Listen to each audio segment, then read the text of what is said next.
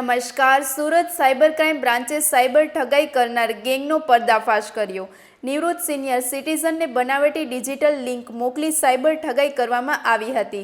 મામલાની ગંભીરતા ધ્યાનમાં લઈ સુરત સાયબર ક્રાઇમ સેલે તપાસ હાથ ધરી અને કાર્યવાહી દરમિયાન મધ્યપ્રદેશના રીવા વિસ્તારમાંથી ગેંગના આરોપીને ઝડપી પાડવામાં સફળતા મેળવી.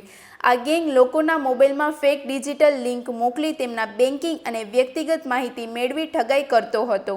હાલ પોલીસ દ્વારા આરોપીની વધુ પૂછપરછ કરવામાં આવી અને અન્ય કેટલા લોકો આ ગેંગ સાથે સંકળાયેલા છે અને શિકાર બન્યા તેની પણ તપાસ શરૂ કરવામાં આવી.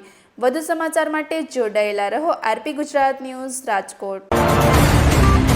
ગયા વર્ષમાં 30 નવેમ્બરના રોજ એક રેલવેના કર્મચારી નિવૃત્ત થયા હતા અને નિવૃત્ત થયા બાદ એમને પ્રોવિડન્ટ ફંડનું 28 લાખ જેટલા પૈસા એમને અકાઉન્ટમાં આવ્યા. એમાંથી 20 લાખ રૂપિયાની એફડી કરાવ્યા પછી 8 લાખ રૂપિયા એમને પોતાના ખર્ચ માટે સેવિંગ બેંક એકાઉન્ટમાં સાઈડમાં રાખેલા હતા અને ત્યારે એમને એક કોલ આવ્યું અને સામેથી એમ કહેવામાં આવ્યું કે અમે લોકો એ રિજનલ રેલવે મેનેજરની ઓફિસથી બોલી રહ્યા છીએ અને તમને એક ઓટીપી આવશે અને તે ઓટીપી તમે આપશો તો પછી તમારો પેન્શન એક્ટિવેટ થઈ જશે. તો એમ કહીને એમને એક ડિજિટલ લિંક મોકલવામાં આવી અને ડિજિટલ લિંક પર ક્લિક કરવાથી એમનું ફોન હેક થઈ ગયું અને ફોન હેક કર્યા પછી એમના અકાઉન્ટમાંથી કુલ 8,12,000 રૂપિયા ટ્રાન્સફર થઈ ગયા અને આ બાબતની એફઆઈઆર અહીંયા સાયબર ક્રાઇમ પોલીસ સ્ટેશનમાં નોંધવામાં આવી હતી.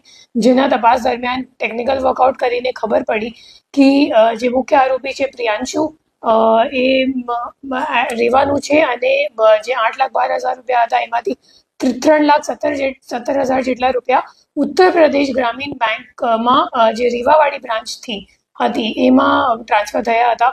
પછી એને પકડવા માટે આપણી ટીમ અહીંથી રીવા ખાતે ગઈ. રીવા ગઈ તો પછી ખબર પડી કે જે મુખ્ય આરોપી છે એ મિર્ઝાપુર જતો રહ્યો.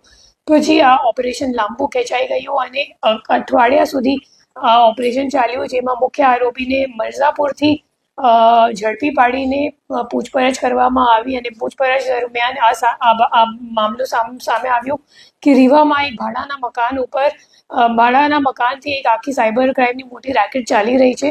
પછી પ્રિયાંશુને લઈને અને લોકલ પોલીસની મદદ લઈને ત્યાં જઈને રેડ કરવામાં આવી અને ત્યાંથી 9 આરોપીઓની ધરપકડ કરવામાં આવી અને એમને પાસેથી કુલ 27 ફોન અને 3 લેપટોપ સિવાય ઘણા બધા debit card, sim card, credit card, passbook વગેરે પણ લેવામાં આવ્યું છે અને આરોપીઓ પાસેથી કુલ 391 જેટલા અકાઉન્ટની વિગત મળી આવેલ છે જેમાં 119 NCCRP કમ્પ્લેન્ટ્સ નોંધાયેલ છે અને ટોટલ જે ફ્રોડનો આંકડો અત્યાર સુધીમાં સામે આવ્યું છે 19 કરોડ 24 લાખ જેટલું છે અને હાલ આ દિશામાં તપાસ ચાલુ છે કે એ લોકો ખરેખર પૈસા કોને મોકલતા હતા અને એમને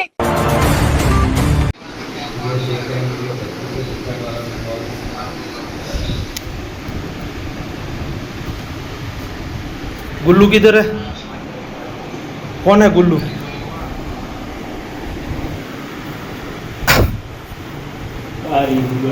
साहब फोन लई लो બધા. સાહેબ ઉપર આવો, એક જણો નીચે રહ્યો, ખાલી ઉપર આવો, ઉપર આવો.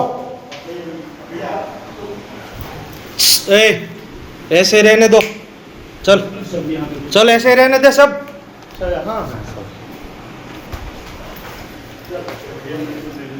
સાહેબજી આખું રેકેટ છે, ઉપર આવો. આખું રેકેટ છે, લાઈવ છેતરમિંડી થાય. હા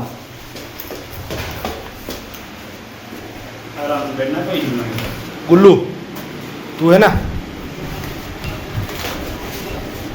बैठ जाओ, ऐसे बैठो सब.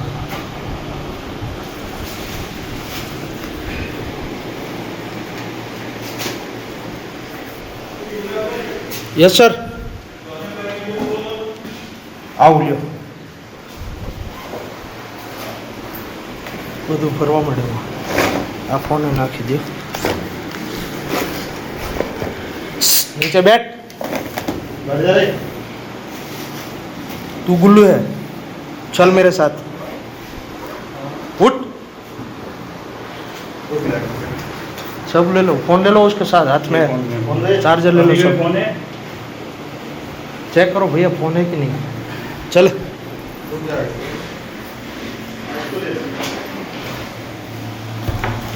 क्या छुपा रहा था.